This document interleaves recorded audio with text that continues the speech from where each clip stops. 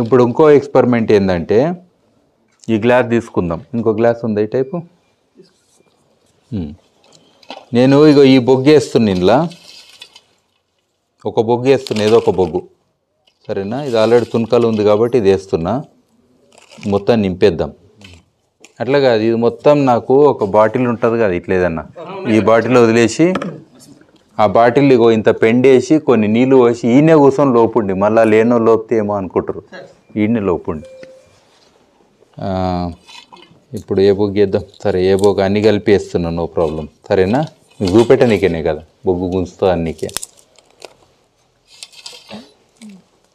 ఇంత వేస్తున్నా. కొన్ని నీళ్ళు పోయినకి జాగుండాలని కొంచెం మిగిలి పెట్టినా, ఓకేనా?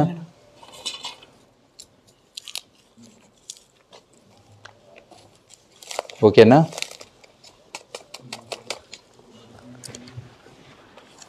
మనము ఒక్కోసారి ఏదైనా చదువుతాం కదా ఎగ్జామ్స్ ముందు, నాకు మస్తు నిండిపోయింది ఇంకా నేను చదువు అంటాం కదా, ఆ టైప్ ఇది.